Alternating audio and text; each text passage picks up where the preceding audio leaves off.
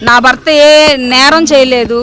నా భర్త గత అన్న కొంచెం కింద దించండి అన్న కొద్ది కింద దించండి. నా భర్త గత 5 సంవత్సరాల్లో ఆయన సాక్ష్యం రాష్ట్రం అంతా చూసి ఓట్లేసి నా భర్తకున్న సాక్ష్యాన్ని బట్టి మేము జగన్మోహన్ రెడ్డి గారి కోసం మేము నిలబడి ఒక అబద్ధ సాక్ష్యాన్ని మేము చెప్పలేక మా కుటుంబం మేము నిలబడ్డందుకు మా మీద పాయింట్ బ్లాక్లో గన్ను పెట్టి నా భర్తని ఇదే స్టేషన్లో చంపే ప్రయత్నం చంద్రబాబు నాయుడు గారు చేయించి డబ్బులు బ్యాగుల్లో పెట్టుకొచ్చి నా భర్తకి ఇచ్చి ఈ ప్రలోభాలకి లొంగితే ఈ మాటలన్నీ మీరు చెప్తే ఇంత డబ్బు ఇన్ని కార్లు మీ ఇంటికి వస్తాయని మమ్మల్ని చెప్తే మాకు అవసరం లేదు.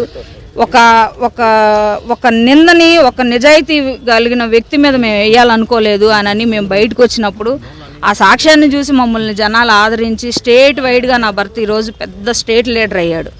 చంద్రబాబు నాయుడు గారు అనుకుంటున్నాడు నేను అన్నకు దొక్కేస్తున్నాను, నేను అది దాన్ని ఏమంటారంటే సునకానందం పొందుతున్నారు వాళ్ళు. అంత పెద్ద వయసులో ఉండి ఆ స్థాయిలో ఉండి కూడా మా జీవితాలతో దళితులతో ఇలా ఆడుకోవటం చంద్రబాబు నాయుడు గారికి అయితే ఇది కరెక్ట్ కాదు. నా భర్తను రాత్రి 1 గంట 2 గంటల నుంచి హైదరాబాద్ నుంచి వస్తే ఎంతసేపు పట్టిద్దండి? హైదరాబాద్ నుంచి జర్నీ ఎంతసేపు పట్టిద్ది? 1 గంటకు అరెస్ట్ చేశారు. ఎన్ని గంటలు పట్టిద్ది? 3 గంటలు పట్టిద్ది, 4 గంటలు పట్టిద్ది. ఎప్పుడు తీసుకొచ్చారు? ఇప్పుడు తీసుకొచ్చారు. అంటే ఎంత ఇబ్బంది పెట్టారు మమ్మల్ని జర్నీలో కూడా. మేము కార్లు ఎత్తుకుంటుంటే మా కార్లకు అందం, మేము ఫాలో చేసుకుంటుంటే ఎక్కడ ఉన్నాడో తెలియదు. కారుకి ఇట్లా అడ్డం పడి నా భర్త అసలు కారులో ఉన్నాడా లేదా, అసలు ఏమన్నా చేశారా అన్నని వెళ్ళి కారులకు అడ్డం పడితే నా దగ్గర ఉన్నాయి, వీడియోలు తీశారు మా పిల్లలు. కారుకి అడ్డం పడి చూసుకుంటే సోయి లేకుండా కారులో నిద్రపోతున్నాడు, చుట్టూ పోలీసులు, ఆయన ఒక్కడే కారులో. కాదన్నా నన్ను ఎక్కించుకోండి అంటే ఏదో వాళ్ళకి ఇష్టం వచ్చినట్టు చేశారు. మాకు ఒక 4 అబద్ధాలు చెప్పి 4 మాయ మాటలు చెప్పి మాకు హైప్ క్రియేట్ చేసుకోవడం మాకు రాదు. మేము యథార్థంగా బ్రతుకుతున్నామని మేము అనుకుంటున్నాం, మేము నీచంగా బతుకుతున్నామని చంద్రబాబు నాయుడు అనుకుంటున్నారు.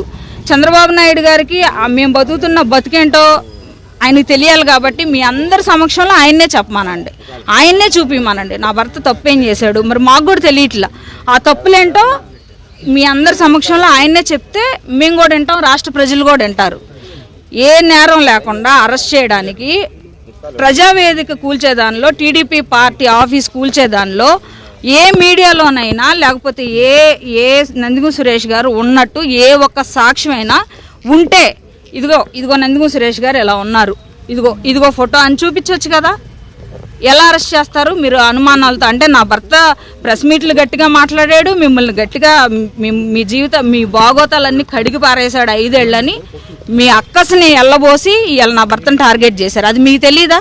అది మీ అందరికీ తెలియట్లేదా? మీ అందరికీ తెలుసు.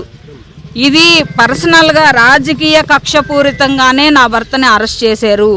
ఈ స్టేషన్లో నా భర్తకి ఏదన్నా జరిగితే ఈ రోజు వరకు తను చాలా హెల్దీగా లోపలికి వెళ్ళారు, చాలా యాక్టివ్గా ఉన్నారు. ఏ చిన్న ఇబ్బంది ఉండి ఆయన బయటకు వచ్చినా సరే నేను చంద్రబాబు నాయుడు మీద హైకోర్టుకు కాదు సుప్రీంకోర్టుకు కూడా వెళ్ళి నేను చంద్రబాబు నాయుడు మీదే కేసు పెడతాను.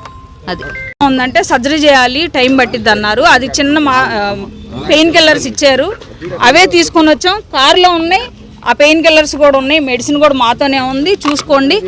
నేనైతే అవునంటే అవును, కాదంటే కాదు, అబద్ధం అయితే మేము చెప్పం, మా నోటికి రాదు. మీరు ఎన్ని చెప్పించాలని చూసినా, లోపల పోలీసులు నా భర్తను ఎన్ని చెప్పించాలని చూసినా మా అబద్ధాలు రావు. చంద్రబాబు నాయుడు నా భర్తను టార్గెట్ చేశాడు, ఏం చేయాలనుకుంటున్నాడో చేయనండి. నా భర్తకి ఏదన్నా జరిగిన మరుక్షణంలో రాష్ట్రంలో ఉన్న ప్రతి ఒక్క దళితుడు రోడ్డెక్కి నోరు తెరుతారు. 5 years రాష్ట్రాన్ని ఏం చేయాలని ఈ రకంగా ఈయన పాలించి ఈ రకంగా వచ్చి 100 రోజులు కాలేదు, సూపర్ 6లు ఏమైపోయినాయో అబద్ధాలు హామీలు ఇచ్చి నువ్వు గెలిచి నువ్వు రాష్ట్రాన్ని భ్రష్టు పట్టి సృష్టి విలయతాండం చేస్తుంది, నీకు సహకరించట్లా, సృష్టి నీకు సహకరించట్లా. ఆ రకంగా విజయవాడ అంతా కొట్టుకుపోయి తిండి తిప్పలు లేకుండా నువ్వు సరిగ్గా కుర్చీలో మనశ్శాంతిగా కూర్చోలేని జీవితం అయిపోయింది నీది. ఎందుకు మాలాంటి వాళ్ళ కన్నీళ్ళు నువ్వు ఒళ్ళో వేసుకుంటే ఇలానే ఉంటుంది. 5 ఏళ్ళు మా కన్నీళ్ళు ఒళ్ళో పట్టుకొని ఉంచుకో. ఈ 5 ఏళ్ళు కూడా నీకు మేము బలహీనం అవ్వచ్చు, కానీ సృష్టి సమాధానం చెప్పిద్ది, భగవంతుడు సమాధానం చెబుతాడు, మా కన్నీళ్ళు సమాధానం చెప్తాయి. అది మాత్రం నిజం.